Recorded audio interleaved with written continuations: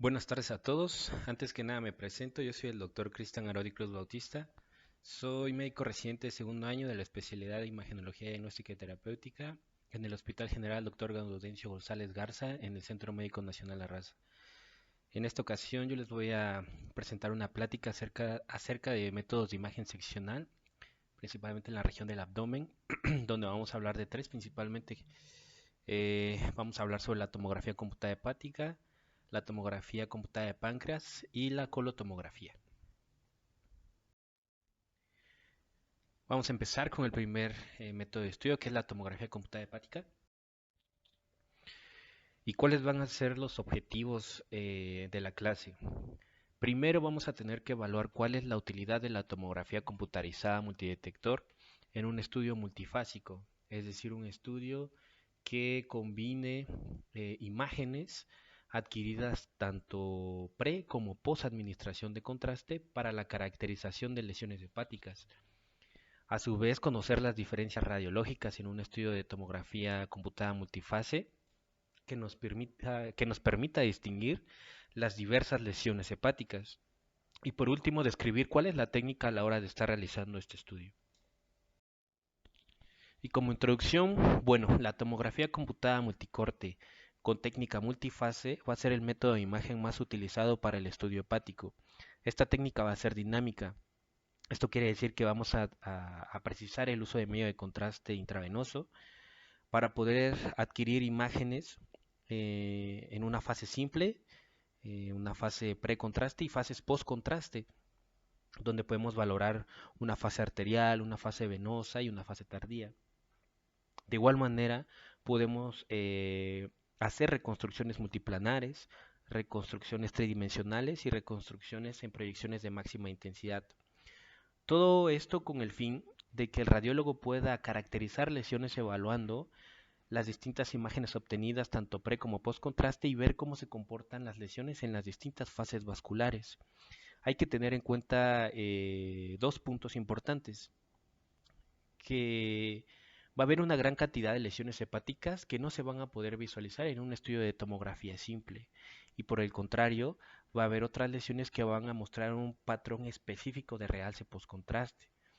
Eh, Veremos más adelante que este tipo de lesiones que muestran un patrón específico de realce postcontraste, como es el caso del carcinoma hepatocelular, el realce va a ser, o el patrón de realce va a ser tan específico que ya la literatura comenta que no es necesario el uso de una biopsia para la confirmación diagnóstica. Por lo tanto, la tomografía computada multifase lo que nos va a poder permitir es caracterizar una lesión hepática y poder distinguir si esa lesión hepática es benigna o si es maligna. Todo esto pues nos lleva al uso, o bueno, esto evita el uso innecesario de métodos adicionales o de procedimientos intervencionistas eh, como lo es una biopsia, o a su vez también si el estudio no es concluyente, poder solicitar un estudio alterno como sería la resonancia magnética hepática. Y bueno, hay que conocer el fundamento fisiológico de esta técnica. El fundamento va a ser que el hígado va a poseer una doble irrigación y esta doble irrigación va a estar dada por la arteria hepática y por la vena porta. Es importante que recordemos que el hígado solo va a tener un 25% de irrigación arterial, en la cual procede la circulación sistémica y le aporta el 50% de oxígeno. Y por el otro lado tenemos a la vena porta, la cual va a suministrar el 75% de su flujo sanguíneo. Ese flujo procede del tubo digestivo y le aporta la otra mitad de oxígeno. Por lo tanto, si nosotros traspolamos esta información a cuando nosotros estemos valorando las distintas fases vasculares de la tomografía, es lógico pensar que la mayor cantidad de contraste que le va a llegar al hígado va a ser en una fase venosa. Por lo tanto, el hígado lo veríamos con un mayor realce en una fase venosa portal.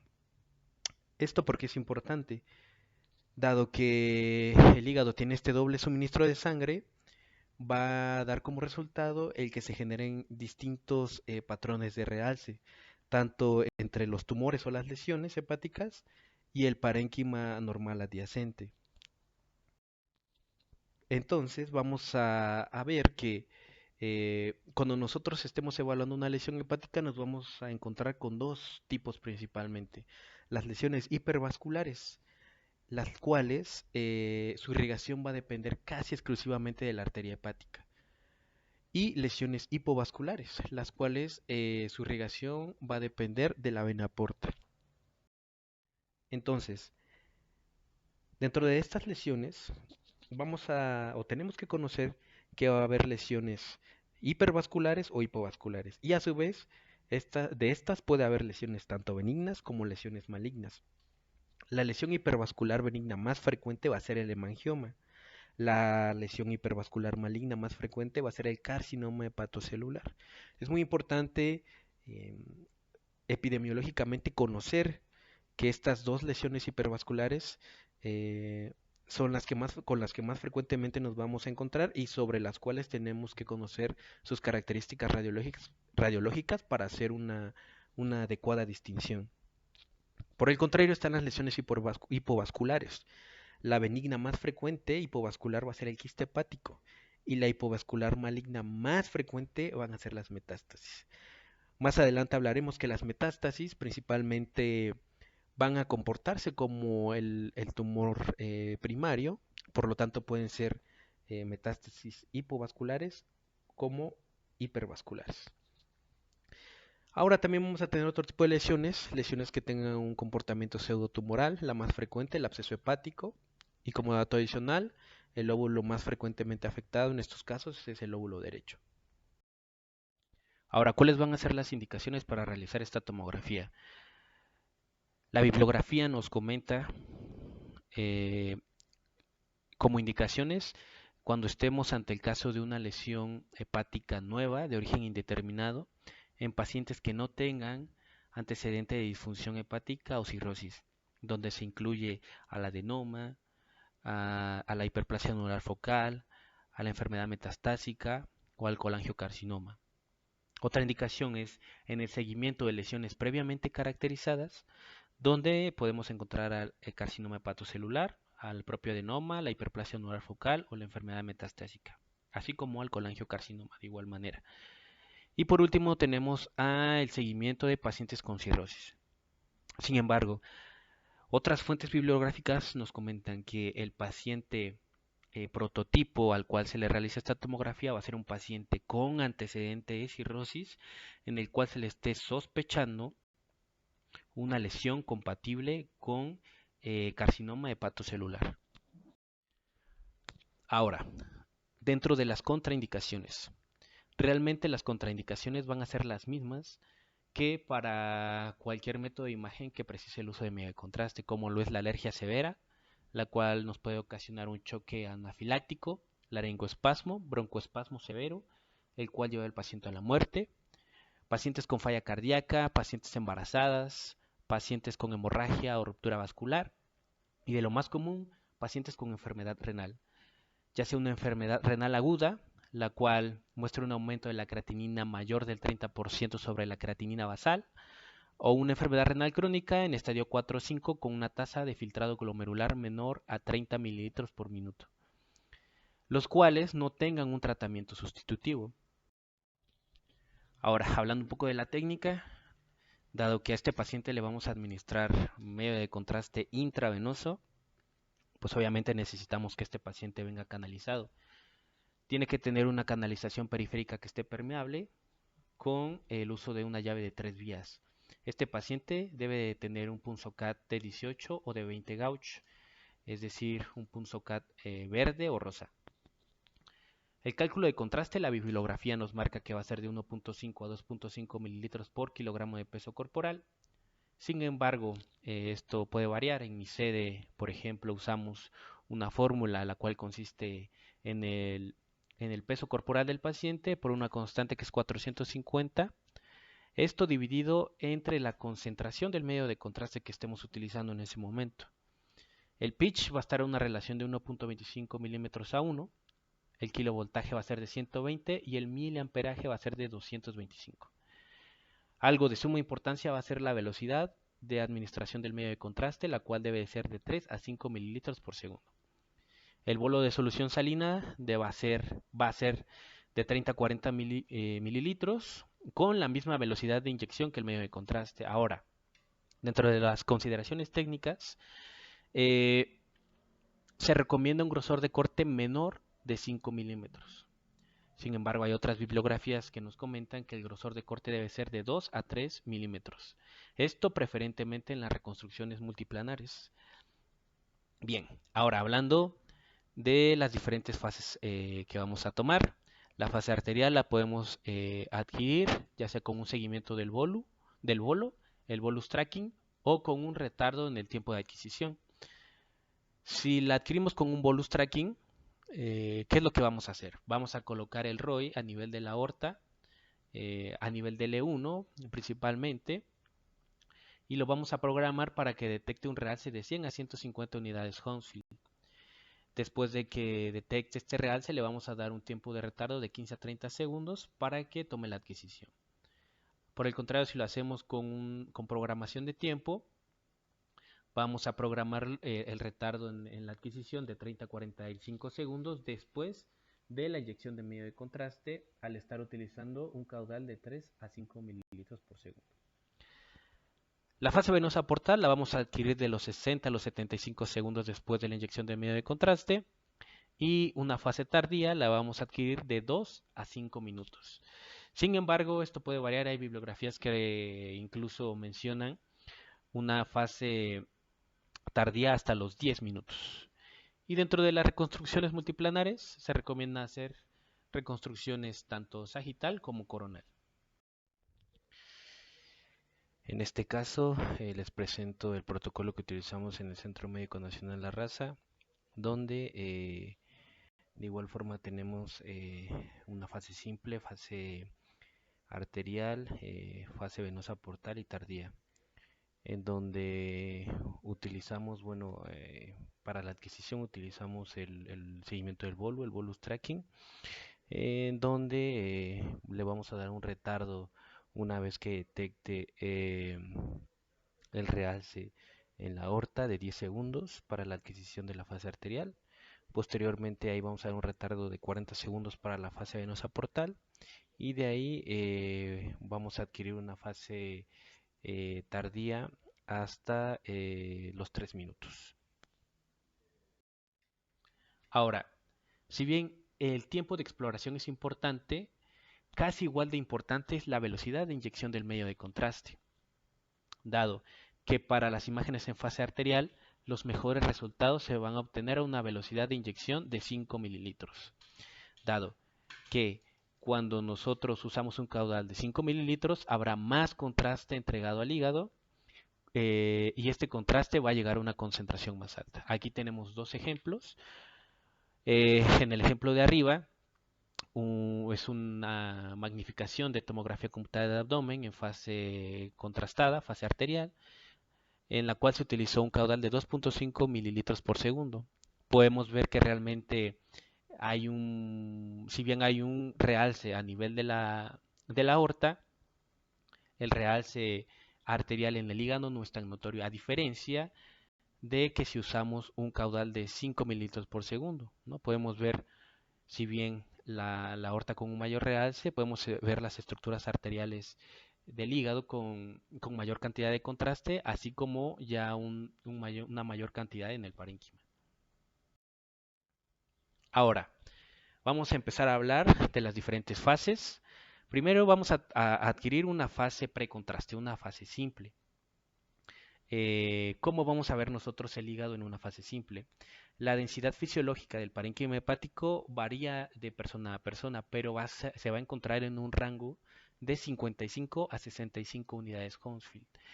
Esta variación interindividual se debe a la cantidad ya sea de grasa o de glucógeno que tenga ese hígado. Si nosotros tenemos un hígado con mayor cantidad de grasa, lo vamos a ver de una menor densidad, a diferencia de si ese hígado tiene una gran cantidad de glucógeno, el cual lo veríamos de una mayor densidad. El parénquima hepático normalmente va a ser homogéneo y su densidad va a ser superior a la del vaso en más de 10 unidades Hounsfield. ¿Y para qué nos sirve esta fase simple? Nos sirve para identificar calcificaciones, hemorragias o enfermedad hepática difusa. Sin embargo, habitualmente tomamos una fase simple para observar el grado de reforzamiento de una lesión. Entonces, usamos esta fase simple para detectar calcificaciones. Este es el caso de un quiste hidratídico calcificado. O en el caso de enfermedades hepáticas difusas, ¿no? Podemos observar el hígado de una menor densidad a comparación del vaso, pues pensando que este hígado tenga una gran cantidad de grasa. Ahora, en la fase arterial. En la fase arterial, las estructuras que van a estar completamente realzadas va a ser la arteria hepática y sus ramas hepáticas, ¿no? Podemos observarlo aquí en este diagrama, como la arteria hepática va a estar llena de contraste y las venas hepáticas y la vena porta no van a tener contraste. Si nosotros traspolamos esto a esta magnificación de tomografía, podemos ver cómo la arteria hepática va a estar realzada y que el parénquima hepático no va, o bueno, se va a mantener relativamente hipodenso. Algo importante a comentar aquí es que vamos a tener dos tipos de fases arteriales, una fase arterial temprana, donde la vena porta aún no está realzada, y una fase arterial tardía. Eh, lo que la literatura recomienda es que siempre tomemos una fase arterial tardía.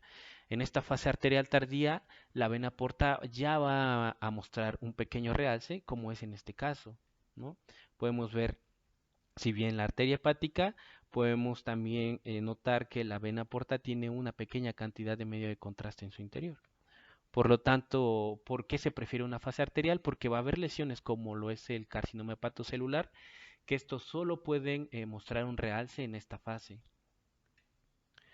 Ya habíamos comentado que esta fase entonces la vamos a adquirir de los 35 a los 45 segundos post administración del medio de contraste. En este ejemplo tenemos un paciente al cual se le realizaron dos fases arteriales, a la izquierda una fase arterial temprana adquirida a los 18 segundos, y en la imagen de la derecha una fase arterial tardía adquirida a los 35 segundos, donde del lado izquierdo, si bien la aorta presenta un realce, así como los componentes arteriales del hígado, a nivel del parénquima podemos observar un realce realmente mal definido y poco nítido.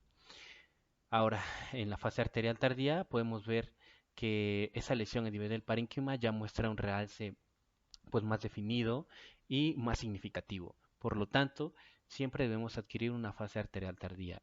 Realmente la fase arterial temprana está indicada en casos de angiografía, como lo puede ser para una planeación de una quimioembolización de un tumor hepático. En la fase venosa portal, en esta fase, tanto la vena porta y las venas hepáticas van a estar completamente realzadas, pero recordando que la vena porta le proporciona el mayor flujo sanguíneo al hígado, pues el parénquima hepático va a estar en su punto de realce máximo. Viéndolo en esta magnificación de tomografía computada, podemos ver que la vena porta y sus ramas presentan un realce significativo y que el parénquima hepático pues está en su punto máximo de realce. Esta fase se adquiere de los 60 a los 75. Y esta fase nos sirve para detectar tumores hipovasculares. Es decir, vamos a poder ver tumores que se comportan de manera hipodensa cuando el parénquima hepático está realzando al máximo. ¿Cuáles van a ser las lesiones que podemos encontrar? Van a ser enfermedades metastásicas como lo es el del cáncer de colon, pulmón, próstata o vejiga. También vamos a poder ver en esta fase los quistes y abscesos. En esta imagen de tomografía computada en corte axial con administración de medio de contraste en fase venosa portal, podemos ver estas lesiones de morfología nodular que se distribuyen de manera difusa, predominantemente en el lóbulo derecho, pues que corresponden a metástasis hepáticas. Ahora, la fase de equilibrio o la fase tardía.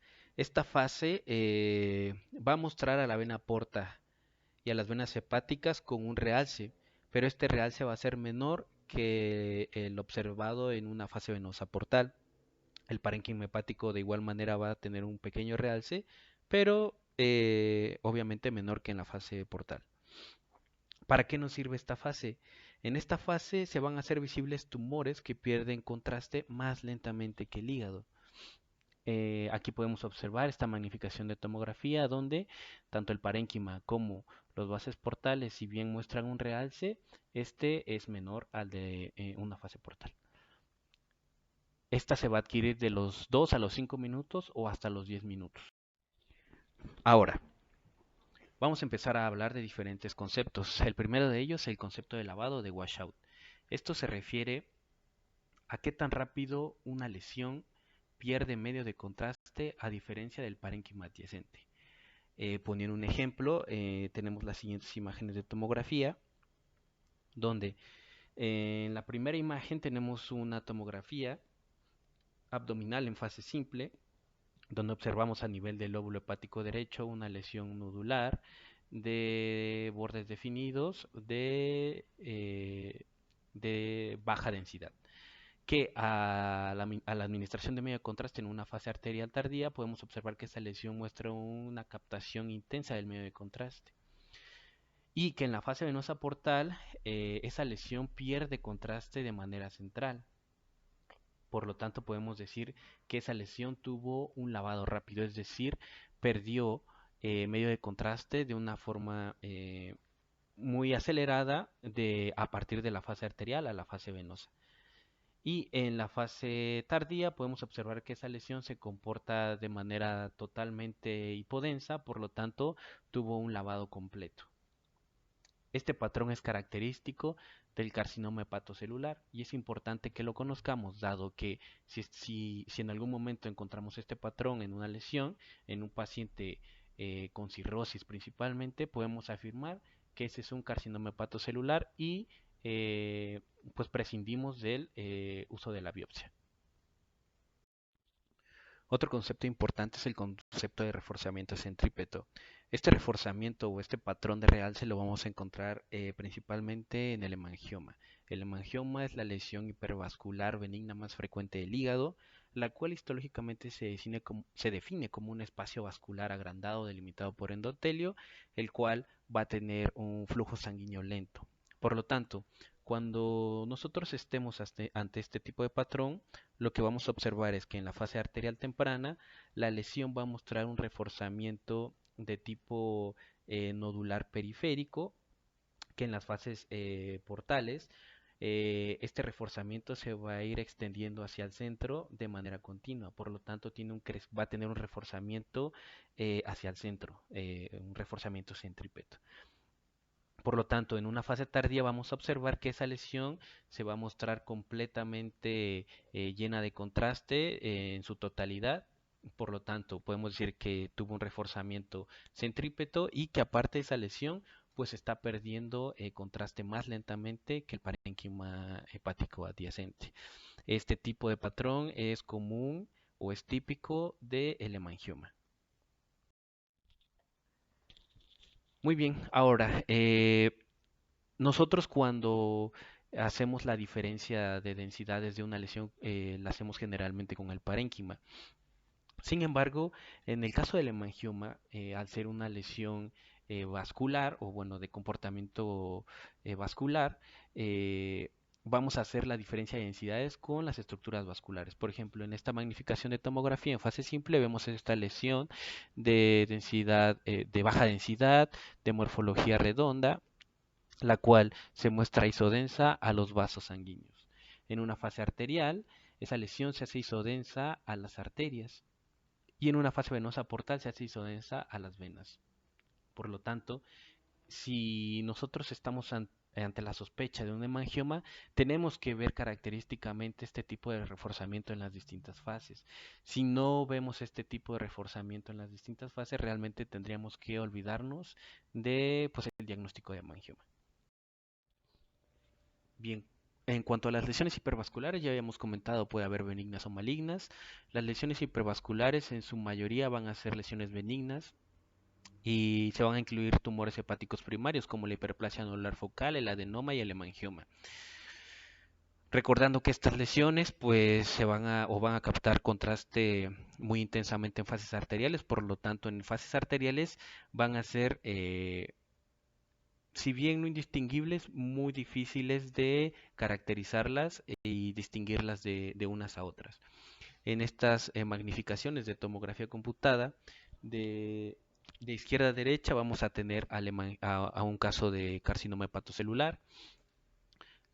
Como antecedente, pues siempre que veamos un paciente con cirrosis y este tipo de lesión hipervascular, pues hay que pensar en una lesión maligna primaria de hígado, como lo es el carcinoma hepatocelular. En la segunda imagen tenemos una lesión que de igual manera capta eh, intensamente contraste en la fase arterial. Sin embargo, esta lesión presenta en su centro una área hipodensa en relación a una fibrosis o bueno, una cicatriz fibrótica en relación a una hiperplasia nodular focal. Esta lesión siempre pensarla en mujeres jóvenes. Y en la última imagen tenemos el caso de un adenoma, de igual forma, lesión hipervascular, la cual debemos sospecharla en pacientes con consumo de esteroides anabólicos o con consumo de anticonceptivos orales. En cuanto a la enfermedad metastásica hipervascular, pues hay que pensarla en pacientes que tengan un tumor primario conocido, dentro de los cuales se engloba al cáncer de mama, los sarcomas, tumores neuroendocrinos, cáncer renal y melanoma. Ahora, dentro de las lesiones hipovasculares, recordar que la lesión hipovascular benigna más frecuente es el quiste hepático y que estas van a ser más comunes que las lesiones hipervasculares. Estas van a ser en su mayoría malignas y como mucho la más común va a ser las metástasis. Hay que recordar que los tumores hepáticos primarios, si bien la mayoría van a ser hipervasculares, suele haber excepciones. En el caso, por ejemplo, de que un carcinoma hepatocelular se comporte de manera típica o que se comporte de manera hipovascular. Esto pues es en un menor porcentaje, se puede llegar a ver hasta en un 10% de los casos, por lo tanto es raro que lo veamos, pero siempre hay que tenerlo en cuenta. Y los colangiocarcinomas, que este es un tumor eh, hepático primario, que es el segundo en frecuencia después del carcinoma hepatocelular. Este, si bien puede mostrar un comportamiento hipodenso, fases arterial temprana y venosa portal, en fases tardías puede mostrar un realce, como es el caso de las siguientes imágenes de tomografía computada, en la cual en tanto la fase arterial temprana como en la fase venosa portal, vemos esta lesión que se comporta de manera hipodensa y que en la fase tardía pues muestra un realce. Patrón compatible con un colangiocarcinoma. Entonces las metástasis van a ser el tumor hepático maligno más frecuente y estas van a ocurrir hasta 18 veces más que los tumores primarios. Recordando que como consecuencia de la circulación portal, el hígado va a ser el órgano en el que más frecuente se van a localizar. Y en una fase simple, las metástasis se van a ver iso o hipodensas respecto al parénquima hepático. Mm, en este caso, en esta tomografía simple, podemos observar múltiples imágenes nodulares hipodensas respecto al parénquima que a la administración de medio de contraste en una fase arterial van a mostrar un reforzamiento periférico tenue y que en una fase portal y tardía se van a seguir comportando de manera hipodensa y pues estas van a tener una mayor definición respecto al parénquima hepático adyacente. Hay que tener en cuenta que las metástasis pueden presentar un fenómeno de lavado periférico. ¿Y esto en qué se traduce? Que en la periferia de la lesión se va a encontrar el tumor viable, es decir, la parte del tumor que va a tener tanto vascularización arterial como venosa. A diferencia en el centro, que esta ya puede ser un área de fibrosis o necrosis. Por lo tanto, podemos observar ese lavado eh, periférico en las fases principalmente tardías. En esta imagen, en la venosa portal, podemos ver cómo esta lesión mantiene el contraste de manera periférica y que ya en la fase tardía pues solo se mantiene la parte hipodensa de la lesión correspondiente al área de fibrosis o necrosis. Muy bien, ahora va a haber otro tipo de lesiones que se van a presentar con una cicatriz central, que es el caso típico de una hiperplasia nodular focal. La hiperplasia nodular focal va a ser la lesión hipervascular benigna eh, más frecuente después del hemangioma y esta histológicamente va a ser una lesión compuesta por tejido hepático normal, pero pues que va a tener un grado de hiperplasia. Típicamente esta lesión presenta una cicatriz central fibrótica, la cual en las primeras imágenes se va a comportar de manera hipodensa, es decir, en una fase simple y una fase arterial y venosa portal, y que en fases tardías típicamente este centro se va a mostrar con mayor realce a diferencia del resto de la lesión.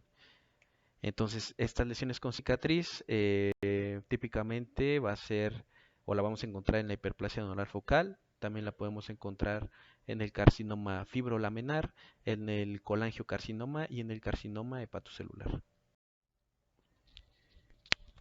Bien, a continuación vamos a seguir hablando de el siguiente método que es la tomografía computada de páncreas.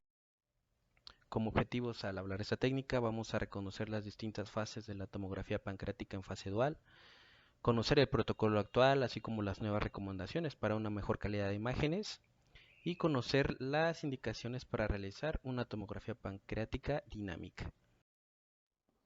Bien, como introducción tenemos que la tomografía computada va a ser la modalidad de imagen preferida para la evaluación de enfermedades pancreáticas, donde se van a incluir enfermedades inflamatorias como lo es la pancreatitis aguda o crónica, en el caso de traumatismos, en el caso de neoplasias, principalmente hablando del adenocarcinoma ductal pancreático, y en el caso de alteraciones congénitas. Si bien, aunque esta va a ser indicada en la mayoría de las ocasiones, tiene ciertas limitaciones como lo es a la hora de estar evaluando lesiones pequeñas, principalmente lesiones que midan menos de 5 milímetros. A su vez, la necesidad de adquirir imágenes en una fase simple para medir el RASE del tejido, o como lo es la capacidad limitada para distinguir entre un tumor residual o un tumor recurrente y en el cambio posterior al tratamiento. Y también, pues obviamente la exposición a la radiación, principalmente en pacientes y pacientes jóvenes que necesiten exámenes de seguimiento, lo que pues obviamente limita en cierta medida el uso de este método de imagen. Hay que tener en cuenta para entender el concepto, bueno, la fisiología detrás de la adquisición de esta técnica, que el páncreas recibe su suministro de sangre a través de las ramas del tronco celíaco.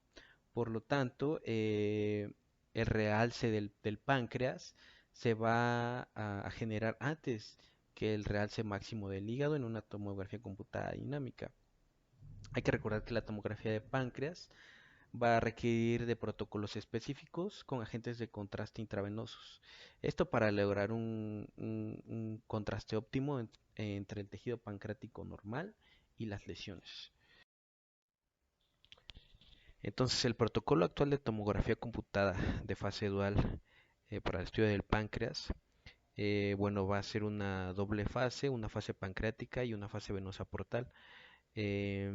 Ambas se van a adquirir después de la administración de medio de contraste intravenoso, el cual va a ser introducido a una velocidad de flujo de 3 a 5 mililitros por segundo. La fase pancreática se va a realizar alrededor de los 35 a 40 segundos después de la inyección del medio de contraste y la fase venosa portal se va a realizar posteriormente después de un retraso de 70 segundos. Este es el protocolo que utilizamos en mi hospital. Podemos ver que realmente los tiempos no cambian mucho. Para la fase pancreática utilizamos un retardo de 40 segundos después de la inyección de medio de contraste y para la fase venosa portal utilizamos un retardo de 65 segundos. De igual manera, la velocidad de inyección del medio de contraste va a ser de 3 a 5 mililitros por segundo. Por lo tanto, en resumen aquí de la técnica, pues bueno, la adquisición es helicoidal, el grosor de corte preferido es de 2 a 3 milímetros, tanto así para las reconstrucciones multiplanares. El contraste utilizado preferente va a ser yodo, una concentración de 300 miligramos por mililitro. El caudal ya lo habíamos comentado, de 3 a 5 mililitros por segundo. Algunos autores comentan el uso de contraste oral para la distensión gástrica, el cual va a ser de 750 mililitros de agua de 20 a 30 minutos previos a la adquisición del estudio. Las fases, una fase simple para detectar calcificaciones y comparar con las fases contrastadas, que ya comentamos, fase pancreática y fase venosa. Reconstrucciones de 2 a 3 milímetros de grosor, principalmente en un corte coronal y sagital. A su vez, proyecciones de máxima intensidad y 3D van a ser opcionales. Por lo tanto, ¿qué nos va a ofrecer cada fase? En la fase pancreática vamos a tener algo que es una mayor relación contraste-ruido. ¿Esto a qué se refiere? El ruido, pues va a ser toda aquella variación aleatoria o estructura dentro de una imagen que no corresponde a las variaciones de atenuación de rayos X de un objeto. A su vez, en la fase pancreática vamos a tener un mayor realce del parénquima pancreático, una mejor evaluación de las arterias celíaca y mesentérica superior, y pues obviamente va a haber una mejor diferencia en la atenuación entre el parénquima normal y tumores hipodensos, principalmente el adenocarcinoma ductal. Y en la fase venosa portal, pues principalmente va a ser para detectar metástasis hepáticas, en el caso de pues lesiones neoplásicas, y la presencia de trombos venosos. A su vez, una mejor caracterización de la vena mesentérica superior y de la vena porta. Por lo tanto, cuando realicemos este protocolo de tomografía es necesario usar estas dos fases para una mejor caracterización de las lesiones, una fase pancreática y una fase venosa portal. ¿Y qué pasa con una fase arterial? Anteriormente se realizaba una fase arterial, sin embargo, esta ya no se incluye, dado que pues, realmente se ha descubierto que su uso es innecesario y principalmente es innecesario para la evaluación del adenocarcinoma ductal pancreático, incluso siendo innecesario para su estadificación vascular. Por lo tanto, esta fase se ha excluido del protocolo actual de la tomografía computada de páncreas dual. Y bueno, en una fase simple habíamos comentado que nos va a servir principalmente para establecer una base en cómo realzan las diferentes lesiones en las distintas fases vasculares y para ver, por ejemplo, calcificaciones o hemorragias. Entonces el páncreas en esta fase lo vamos a ver de un aspecto homogéneo y característicamente va a presentar lobulaciones en sus bordes. El páncreas va a tener un índice de atenuación en fase simple de 40 más menos 10 unidades Hounsfield aproximadamente. Y bueno, en esta segunda imagen de tomografía computada de abdomen, corte transversal con administración de medio de contraste, pues vamos a encontrar la fase arterial tardía que corresponde pues a la fase pancreática, en la cual, o bueno, en donde existe el mayor realce del parénquima pancreático. En esta fase es en la que los tumores pancreáticos son más visibles, debido pues a que la mayoría de los tumores van a ser hipovasculares, es el caso del adenocarcinoma ductal de páncreas, y pues esto contribuye a que en esta fase se maximice la diferencia entre la atenuación del tumor y del parénquima, lo que permite pues una mejor visualización de la lesión. A su vez, en esta fase nos permite la evaluación adecuada de los sistemas arterial para la detección de pues una invasión vascular. Y por último, en esta última imagen de tomografía tenemos a la fase venosa portal. En esta fase pues es ideal para la detección de metástasis hepáticas, así como la bibliografía sugiere reconstrucciones de imágenes de las estructuras venosas, que es esencial en el planeamiento quirúrgico generalmente de este padecimiento. Y esta provee una segunda revisión del parénquima pancreático, la cual pues siempre es beneficiosa, ¿no? Entonces se han propuesto algunas modificaciones al protocolo de fase dual dinámica, esto con el fin de optimizar las imágenes pancreáticas. en donde se ha propuesto una mayor velocidad de inyección del medio de contraste, pasando a 8 mililitros por segundo. Esto se ha visto que lleva al mejor realce y contraste tisular. Que las dosis de medio de contraste sean adaptadas al peso corporal, que de igual manera mejora el contraste generalmente en pacientes con sobrepeso o obesidad. Así como los retrasos de exploración individualizados. De igual manera, estos mejoran el contraste, pero entre el páncreas y las tumoraciones que se llegan a presentar. Y esto se da obteniendo imágenes cada 2 segundos durante 66 segundos, 5 segundos después del inicio del medio de contraste. Y el yodo, generalmente se está recomendando utilizar medios de contraste de 400 miligramos, de una concentración de 400 miligramos por mililitro, dado que mejora el contraste de los vasos y los órganos. Ahora también se ha propuesto un protocolo de bolo dividido, el cual es un protocolo más simple que mejora la visibilidad de las lesiones y reduce la dosis de radiación en comparación con el protocolo estándar. ¿Y esto en qué consiste? Consiste en que inicialmente se le van a administrar 100 mililitros de medio de contraste intravenoso al paciente y después se le va a aplicar un segundo bolo de 40 mililitros a los 35 segundos. Y después, 15 segundos después de que la aorta alcance un umbral de realce de 280 unidades Hounsfield, el software del bolus tracking inicia la exploración para lograr tanto una fase pancrática como una fase portal de manera simultánea. El medio de contraste que se sugiere es yodado de 350 miligramos por mililitro y la velocidad de inyección de 4 a 5 mililitros por segundo. Ahora, ¿qué pasa con el contraste oral? Eh, el agente de contraste oral se utiliza en imágenes pancreáticas para proporcionar una adecuada distensión gástrica y duodenal, mejorando así la diferenciación tisular, y generalmente se prefiere un contraste neutro a diferencia de un contraste radiopaco, el cual pues puede dificultar la visualización de estructuras de alta atenuación o hiperrealce justamente en esta región gastroduodenal. Y la mayoría de los autores sugieren que pues la cantidad o el volumen de medio de contraste oral va a ser de 500 a 1000 mililitros. Unos sugieren más específicamente 750 mililitros de agua. Y estos van a ser ingeridos por el paciente de 20 a 30 minutos antes de la realización del estudio.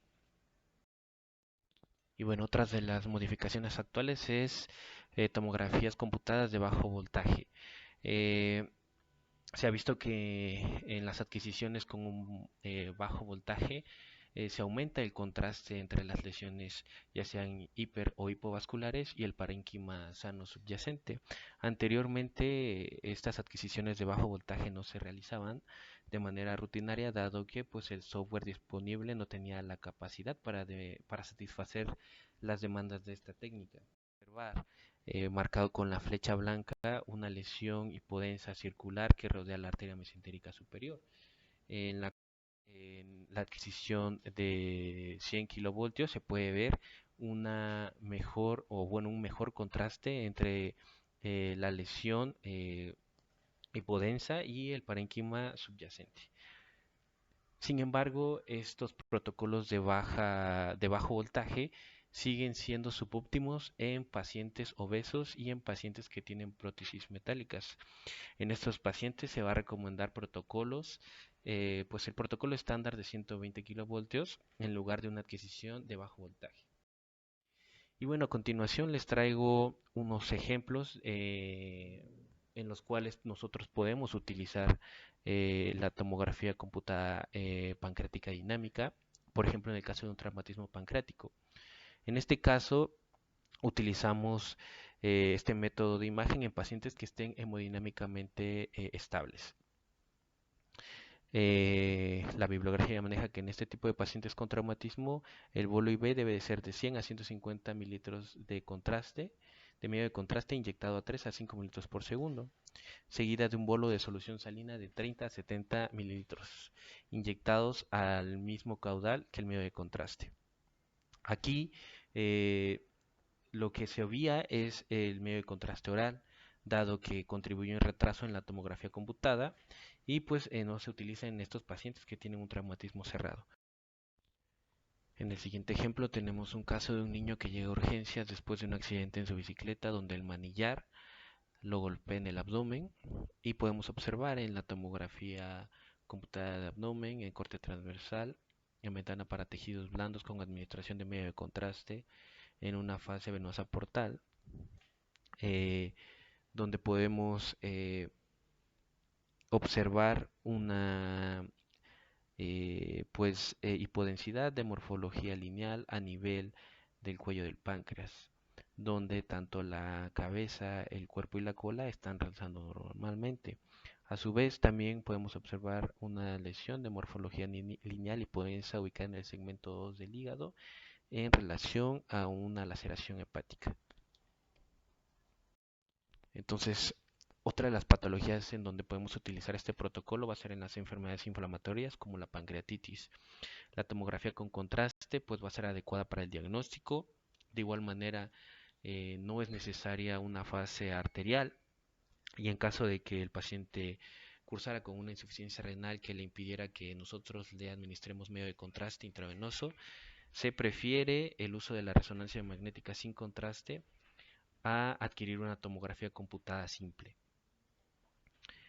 Hay que recordar que para realizar un protocolo de tomografía se requiere, o bueno, esta se va a realizar 72 a 96 horas después del inicio de los síntomas. Eh, las imágenes van a ser más útiles a los 5 o 7 días después del ingreso, generalmente cuando ya haya la existencia de complicaciones locales o datos de necrosis. Hay que tener en cuenta que esto es por la poca correlación con la gravedad clínica y la sensibilidad de las imágenes, siempre tenerlo en cuenta. Disminuye en los primeros días, por lo tanto, siempre, siempre, siempre se recomienda la tomografía a las 72 o 96. ¿Cuándo realizaríamos una tomografía computada antes de ese tiempo? En el caso de que existan dudas diagnósticas, en una ausencia de mejoría clínica y sospecha de una complicación precoz. O en el caso de que sea un primer episodio de pancreatitis aguda en un paciente por arriba de los 40 años que no tenga una causa identificable. En este caso, sospechando de que ese paciente pueda cursar con un padecimiento neoplásico. Y bueno, hay que recordar las complicaciones que podemos llegar a encontrar en la pancreatitis, que son cuatro, de acuerdo a su tiempo de evolución, principalmente, sea un tiempo de evolución menor a 4 semanas o mayor a 4 semanas, donde encontramos a la pancreatitis edematosa intersticial, en donde en un tiempo menor a 4 semanas podemos encontrar una colección líquida peripancreática aguda de localización extrapancreática y como datos por imagen, esa colección va a ser homogénea, isodensa líquido, que adopta los espacios retroperitoneales, que adopta la morfología de los espacios retroperitoneales. Muy importante, esa colección se va a encontrar sin pared. En una pancreatitis necrotizante menor a 4 semanas, encontrando una colección necrótica aguda, la cual puede ser intra o extrapancreática, esta la vamos a ver por imagen como una colección heterogénea. De igual forma, importante, sin pared. Ahora, posterior a las 4 semanas, en una pancreatitis edematosa intersticial, podemos encontrar el pseudoquiste de localización extrapancreática, homogéneo, isodenso a líquido y, muy importante, va a tener una pared la cual va a realzar a la administración de medio de contraste. Y en una pancreatitis necrotizante posterior a las 4 semanas, podemos encontrar una necrosis encapsulada, de igual manera de localización intra o extrapancreática. Y como lo vamos a ver por imagen, vamos a ver una colección heterogénea isodensa líquido y que va a estar encapsulado por pared. Por lo tanto, recopilando esto y a ejemplo, tenemos en el lado izquierdo una magnificación de una tomografía computada de abdomen, donde podemos observar esta colección que es isodensa líquido, que adopta la morfología de los espacios eh, retroperitoneales en relación a una colección necrótica aguda. En esta otra magnificación de tomografía, en el lado derecho, tenemos a esta colección de contenido heterogéneo en relación a una colección necrótica aguda. Podemos ver que como dato ambas no podemos visualizar algún tipo de pared, ¿no? Un dato importante para pues pensar que estas entidades tienen un tiempo de evolución menor a 4 semanas. En esta siguiente imagen de tomografía podemos observar esta lesión de morfología redonda, eh, de contenido homogéneo, isodenso a líquido, que típicamente va a estar presentando una pared, la cual está realzando al medio de contraste. Por lo tanto, vamos a estar ante un pseudoquiste pancreático.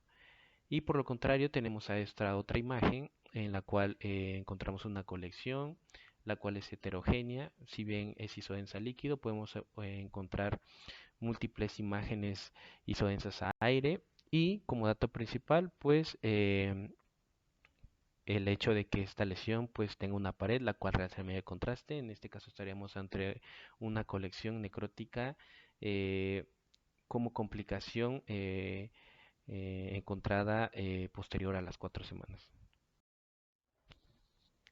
Y bueno, por último vamos a hablar de la colotomografía. Los objetivos van a ser conocer las indicaciones, así como la preparación adecuada para un óptimo estudio con finalidades diagnósticas, así como conocer la importancia para el uso en el tamizaje del cáncer colorectal. Como introducción, la colotomografía se define como un estudio de la pared del colon.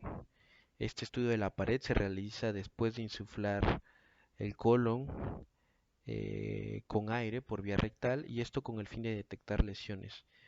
Lesiones que van a ser básicamente pólipos o cáncer. Ahora, este estudio fue aceptado por la Sociedad Americana de Cáncer en 2008 como una técnica de cribado para el cáncer colorectal. Esto supone un gran paso en la aceptación de la técnica, dado que, aunque esta técnica es relativamente nueva, ya ha ido cambiando varios algoritmos diagnósticos.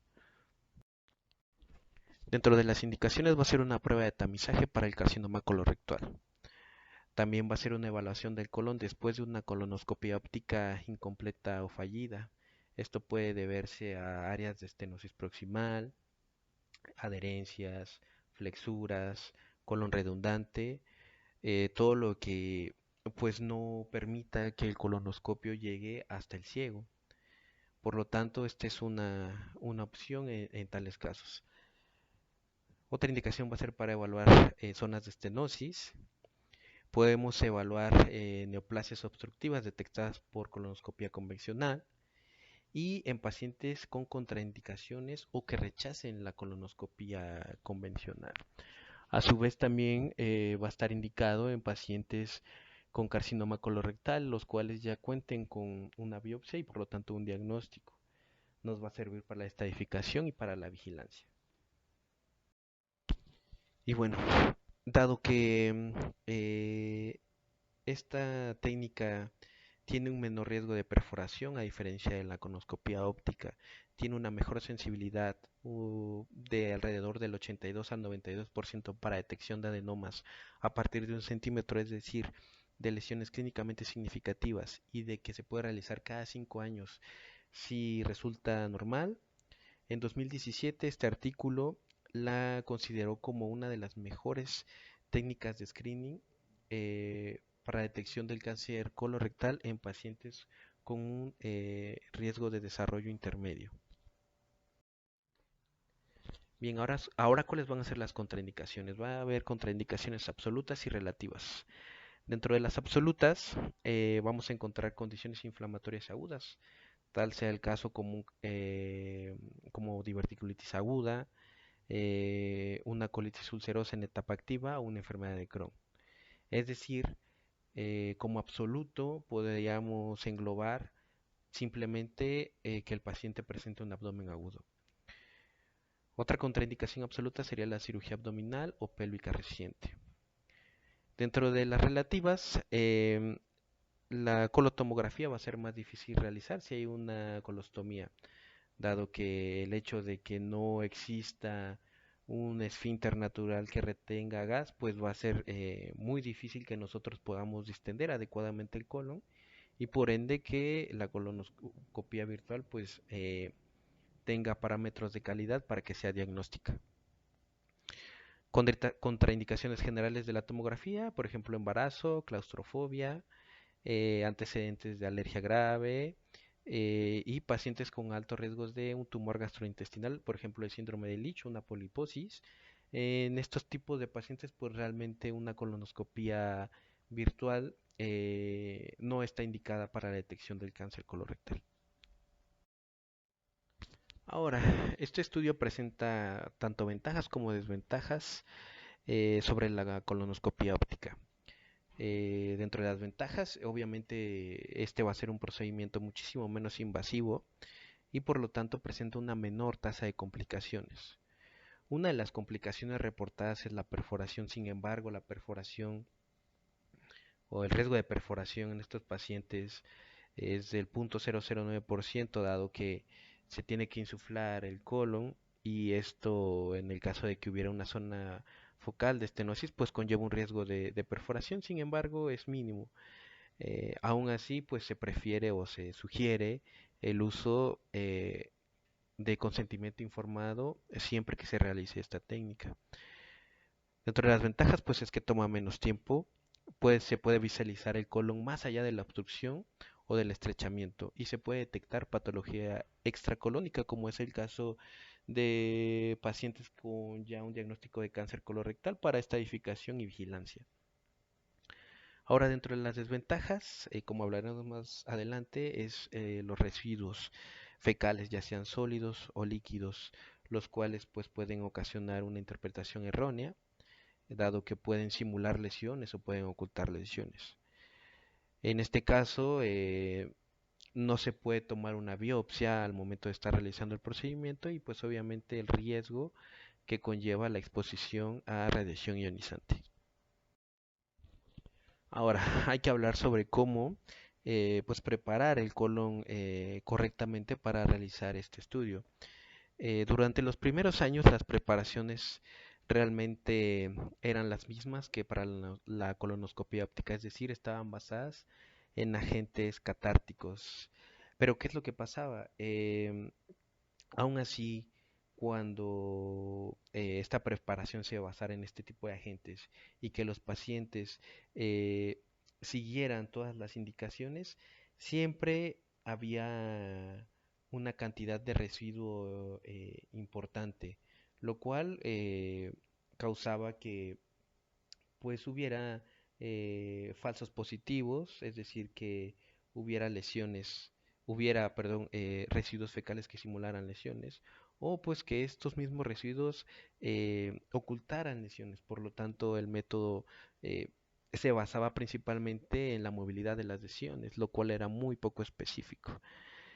Entonces, para la preparación del colon, lo que se sugiere es eliminar grandes cantidades de residuo, tener una dieta baja en fibra, líquidos claros e hidratación 2 días antes. Y pues obviamente que el paciente venga en ayuno después de medianoche. Entonces, como les comentaba, a pesar de que los pacientes siguieran estas instrucciones, muchos de los segmentos colónicos presentaban cierta cantidad de residuos, ya sea líquido o sólido, lo cual ocasionaba problemas a la hora de estar diagnosticando un estudio de colotomografía, por lo que estos residuos ocultaban lesiones o causaban falsos positivos simulando eh, lesiones. Entonces, ¿qué es lo que pasa? Apareció la idea de un marcaje o tinción de heces. Este concepto fue adaptado de la colonografía por resonancia magnética. ¿Y en qué consiste esto? El concepto es, bueno, consiste en marcar las heces con alta densidad, lo cual pues sea reconocible por tomografía computada, lo cual se hace administrando un medio de contraste por vía oral durante el transcurso de la preparación colónica. Este marcaje pues puede conseguirse con diversos contrastes orales, siendo habitualmente realizada con contraste yodado puede ser vario o pueden ser ambos a la vez. Esto con el tiempo pues ha supuesto la aparición de múltiples modalidades de marcaje de heces. Actualmente, pues realmente hay una gran diversidad que depende generalmente del hospital. Mm, por ejemplo, hay algunos regímenes los cuales utilizan, por ejemplo, un agente catártico junto con un marcaje que combina tanto bario de baja densidad como el ámido triozoato de meglumina, que es el gastrogafín.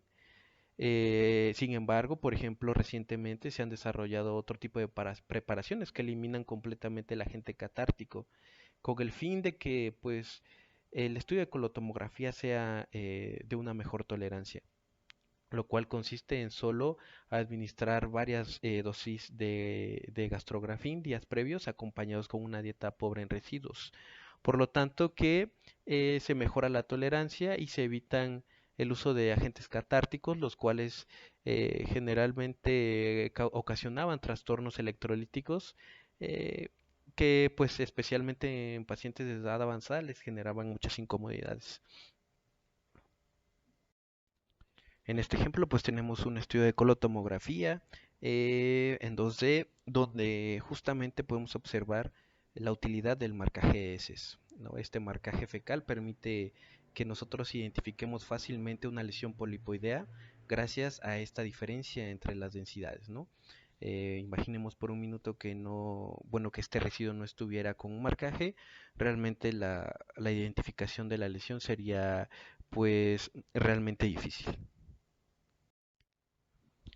Ahora hablando del colon correctamente distendido, uno de los puntos esenciales para que la colotomografía sea diagnóstica y de utilidad, pues es que nosotros podamos analizar la pared de colon. Y para que nosotros podamos analizar esta pared, es imprescindible que todo el colon esté distendido de una manera correcta. Hay que tener en cuenta que es realmente difícil conseguir una distensión global y uniforme. Por lo tanto, desde los inicios de la colotomografía es obligatorio adquirir las imágenes en dos posiciones, en decúbito prono y en decúbito supino. Esto pues con el fin de mejorar eh, pues la distensión de todo el colon. En general, el proceso de insuflación siempre debe hacerse con cautela, pero pues no requiere algún tipo de anestesia ni de sedación. Vamos a ver que la insuflación puede realizarse tanto con aire ambiental o con CO2. Por ejemplo, el aire ambiental, pues obviamente no tiene costo. La insuflación con aire ambiental se puede hacer de forma manual. Esta insuflación se hace colocando al paciente en decúbito lateral con las piernas flexionadas en 90 grados, introduciendo una sonda flexible a través del recto. Entonces vamos a insuflar de manera manual hasta que el paciente refiera a una ligera molestia. Eh, Generalmente cuando la insuflación se hace con CO2 se va a hacer a través de, de una máquina, de un insuflador que esté insuflando de manera continua el colon. Eh, Esto, dado que el CO2 se absorbe de una manera muy rápida a través de la mucosa, por lo tanto requiere de una insuflación o bueno, de que el colon se esté insuflando de manera continua. A su vez, muchos autores prefieren la insuflación con CO2, dado que, dada su absorción rápida por la mucosa, conlleva menores molestias residuales al final del estudio. Una vez que insuflemos el colon, pues vamos a obtener una radiografía eh, con el fin de comprobar que el grado de distensión sea el apropiado. A continuación, pues podemos observar una radiografía digital previa a la adquisición de una tomografía donde se observa el colon adecuadamente distendido en todo su trayecto. Ahora, algo importante es que el grado de distensión debe de ser reflejado en el informe, ya que un segmento que no esté distendido equivale a un segmento que no esté estudiado. En cuanto a la técnica, un aspecto esencial es adquirir las imágenes empleando pues, protocolos de baja dosis de radiación. dado que la colotomografía pues es una prueba que se realiza en muchas ocasiones sobre población asintomática. El miliamperaje máximo debe ser de 140 y el kilovoltaje de 100, siempre modulando la dosis y obteniendo reconstrucciones iterativas. El grosor de corte debe ser inferior a 3 milímetros y el intervalo de reconstrucción debe ser igual o inferior a 2 milímetros. Siempre utilizando algoritmos estándar en las reconstrucciones. Muy bien. Entonces, cuando nosotros estamos analizando imágenes obtenidas por medio de colotomografía, se presentan dos posibilidades. La posibilidad de hacer una evaluación en un plano de 2 dimensiones o hacer esa evaluación en un plano de 3 dimensiones. La evaluación 2D se basa en cortes transversales y reconstrucciones multiplanares, tanto sagital como coronal, mientras que la visión 3D ofrece una visión endoluminal. Esta visión endoluminal lo que hace es que emula una visión tradicional de una endoscopía óptica. Actualmente, gracias a pues el perfeccionamiento del software de la colotomografía, nosotros para recorrer la luz colónica, perdón, lo hacemos de una forma rápida y sencilla. Aunque esto se ve, bueno, se puede ver dificultado por problemas como ya lo hemos comentado, como el hecho de que un segmento colónico esté poco distendido o que el segmento colónico tenga mucho residuo. Generalmente en las visiones 3D, como en este caso, las lesiones van a ser bueno, se van a ver magnificadas. En este caso, pues estamos viendo una lesión polipoidea en una visión 2D, en una visión 3D y en una colonoscopía óptica. Es importante que siempre que nosotros pues detectemos una lesión en 3D, corroboremos esta lesión en un plano de 2D. Generalmente el plano 2D va a requerir siempre mayor atención, ya que está asociado pues a una mayor fatiga visual. Pero bueno, la ventaja de la visión 2D es que permite una exploración transmural. Por lo tanto, es esencial remarcar que ambas modalidades son complementarias y el análisis de las imágenes pues debe de ser de manera, bueno, sí, de manera combinada y pues siempre estar contemplando ambas formas de visualizar las lesiones. Entonces, como ya lo habíamos comentado, ha habido avances recientes en el software de colotomografía, lo cual eh, pues lleva a la generación de nuevas herramientas que permitan que el análisis sea más rápido y que pues haya una mayor eficacia diagnóstica. Tal es el caso de la herramienta de la visión de translucencia. ¿En qué consiste esto? Esto consiste en una aplicación de postprocesamiento en la cual se le va a asignar colores a la mucosa según los valores de distintas unidades Hounsfield. Esto es útil principalmente para diferenciar restos fecales de lesiones verdaderas como los pólipos. Este es el ejemplo de una colonoscopia virtual donde se muestra la aplicación en una lesión polipoidea, donde se obtiene una imagen de color rojo. Esta imagen de color rojo se configuró en el software para que apareciera ante la presencia de densidad de partes blandas, por lo que esto corresponde a un pólipo verdadero. En las imágenes inferiores podemos hacer la correlación en la imagen 2D de la lesión y pues en la visión endoscópica óptica.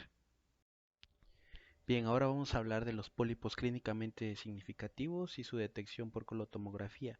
La lesión diana de la colotomografía no es cualquier tipo de pólipo, sino el adenoma avanzado, es decir, aquel que tiene un mayor riesgo de progresar hacia el cáncer en algo denominado secuencia adenoma-carcinoma.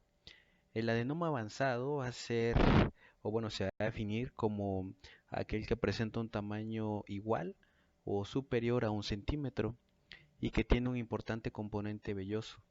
Eh, aunque aproximadamente el 50% de la población de cribado mayor de 50 años tiene riesgo de tener por lo menos un pólipo, realmente el término pólipo es bastante inespecífico, dado que comprende cualquier lesión que protruya de la mucosa, sean adenomas, sean pólipos hiperplásicos o inflamatorios. Entonces, hay que tener en cuenta que un verdadero pólipo, por lo contrario, es aquella lesión que muestra una densidad de partes blandas, va a ser homogénea y que no va a tener gas en su interior. Con respecto a la sensibilidad de la colotomografía en la detección de pólipos, está claro que esta sensibilidad depende del tamaño de la lesión, eh, siendo que esta técnica tiene resultados comparables con la colonoscopia óptica en la detección de pues, lesiones grandes, lesiones mayores a 1 centímetro. Esta sensibilidad va a ser cercana al 100% y va a ser alta en la detección de pólipos intermedios, es decir, de pólipos que se encuentren dentro de los 6 a los 9 milímetros. A su vez, los pólipos se pueden clasificar morfológicamente en pólipos pediculados, sésiles o planos. Hay que tener en cuenta que no va a haber signos de colotomografía que nos permitan diferenciar adenomas de lesiones polipoideas no neoplásicas como los pólipos hiperplásicos e inflamatorios, donde el estudio histopatológico va a ser necesario. En este caso observamos un pólipo de densidad de tejidos blandos que protruye de la pared, eh, en los cuales en algunas ocasiones puede haber eh, material de marcaje adheridos a su superficie. Y en el caso de esta colonoscopia virtual, esta lesión polipoidea acabó siendo de origen inflamatorio después de realizarle una biopsia. Entonces, los cánceres de más difícil detección son los de menor tamaño que generalmente no generan todavía una morfología concéntrica y que pueden presentarse tan solo como un engrosamiento focal de una parte de la circunferencia de un austra o como una lesión sesiloplana, como es el siguiente caso donde podemos observar en un estudio de colotomografía en corte transversal eh, una lesión polipoidea plana, la cual no supera los 3 milímetros.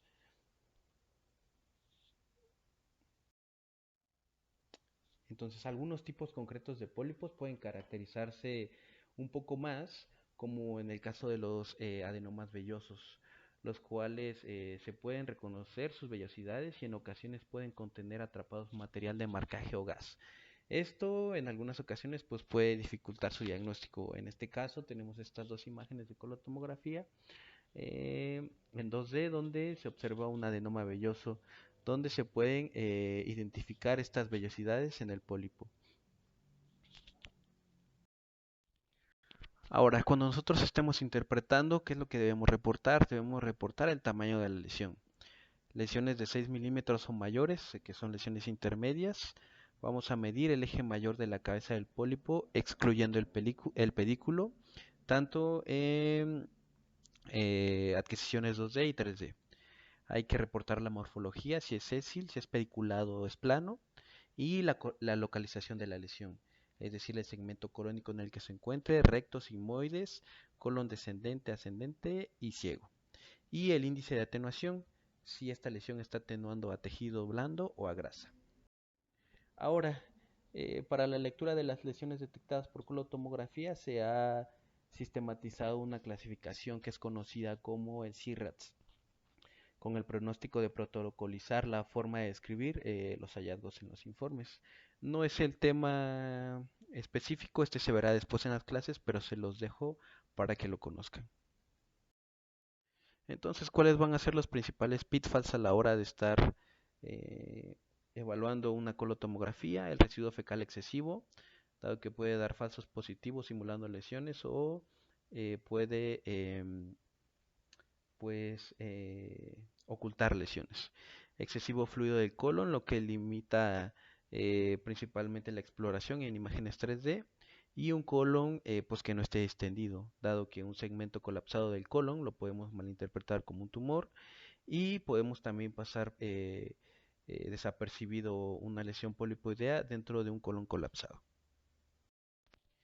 Y bueno, finalmente les dejo mis conclusiones. Bueno, las características radiológicas de las diferentes lesiones hepáticas por tomografía computada la vuelven una prueba de mucha utilidad, dado que podemos llegar a la mayoría de los casos a diagnósticos concretos sin la necesidad de biopsia.